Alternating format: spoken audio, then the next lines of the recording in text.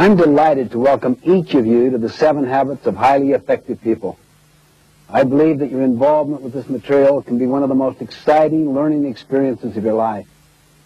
The essential purpose of the 7 Habits of Highly Effective People is to learn how to lead your life in a truly effective way. To describe what the 7 Habits material is, let me share with you what it is not. It is not a quick fix program. It is not a program of the month. It is a process of personal and interpersonal growth and development that will require not only your continuing best efforts, but also your patience.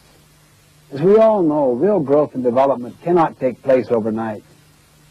You must pay the price over an extended period of time to reap the benefits of these habits. Implementing the 7 habits will be an upward personal climb like a journey up a steep mountain. It won't be easy. It will be a challenge. As you ascend the mountain, so to speak, with this 7 habits material, you'll become acutely aware of the loose gravel, the loose rocks in your life. You may slip occasionally, maybe even fall back a time or two.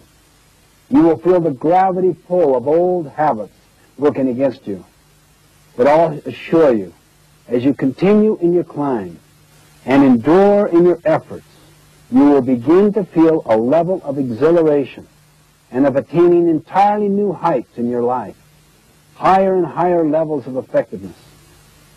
By applying this effort, you can expect to increase your capacity to achieve your personal and professional goals and to develop better working relationships with your associates and all of your loved ones. In short, you can expect to become more effective. Let me suggest that the best way to get the most out of the 7 habits is to be very open-minded, to be open to self-discovery. Participate, really get involved. Look for ways to apply and to implement these habits in your life. You see, our habits form our character. You may have heard the quote, sow a thought, reap an action. Sow an action, reap a habit. Sow a habit, reap a character. Sow a character, reap a destiny. For our purposes, we will define a habit as the intersection of knowledge, skill, and desire. You see, knowledge is the theoretical component. That is the what to do and the why to do it. Skill is the practical side of how to do it. And desire is the motivation side, the want to do it. In order to make something a habit in our lives, we literally must have all 3 components. Habits are powerful factors in our lives. They constantly express our character. They determine the level of our effectiveness or our ineffectiveness. In the words of an English poet, we first make our habits, then our habits make us. The 7 habits are simply common sense organized. But remember, what is common sense is not always common practice. So I encourage you to make the investment, put forth the time and effort. Focus on the kinds of changes you can make consistently and over time to develop these habits.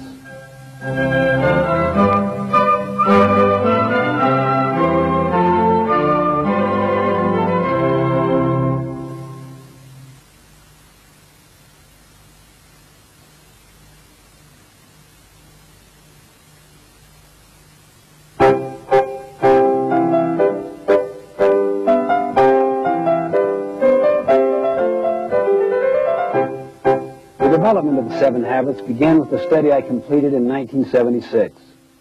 I wanted to study the success idea in America and how it evolved.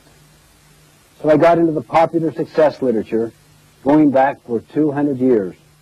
Discussing articles, annotated bibliographies, summaries, reviews. I literally tapped into thousands and thousands of sources, either directly or indirectly. As I worked, I started to sense a pattern. As soon as I sensed this pattern, I looked for evidence of it, and the evidence was everywhere. The basic finding was this. For the first 150 years, almost the entire focus of the literature was on character, on principles, on what we might call the character ethic. Attributes such as integrity, fidelity, courage, compassion, contribution, responsibility, justice. These findings became the basis for writing the 7 Habits of Highly Effective People. And then, because of many, many societal forces, the emphasis gradually shifted in the early 1900s, particularly in the 20s and the 30s, away from the character ethic to what we might call the personality ethic, which focused more on techniques than on principles. You are probably familiar with many books that illustrate the literature of the personality ethic. They basically deal with how to take care of yourself, how to look good, how to dress in particular ways, how to create the right image. In other words, the personality ethic focuses on how to appear to be rather than on how to actually be. Many of these techniques have real merit. However, if they don't have their roots in the character ethic, if they don't have their roots in principles, they won't have the power to create enduring effectiveness. For example, what if people learn techniques of influencing others, but they're fundamentally duplicitous or deceitful in their character?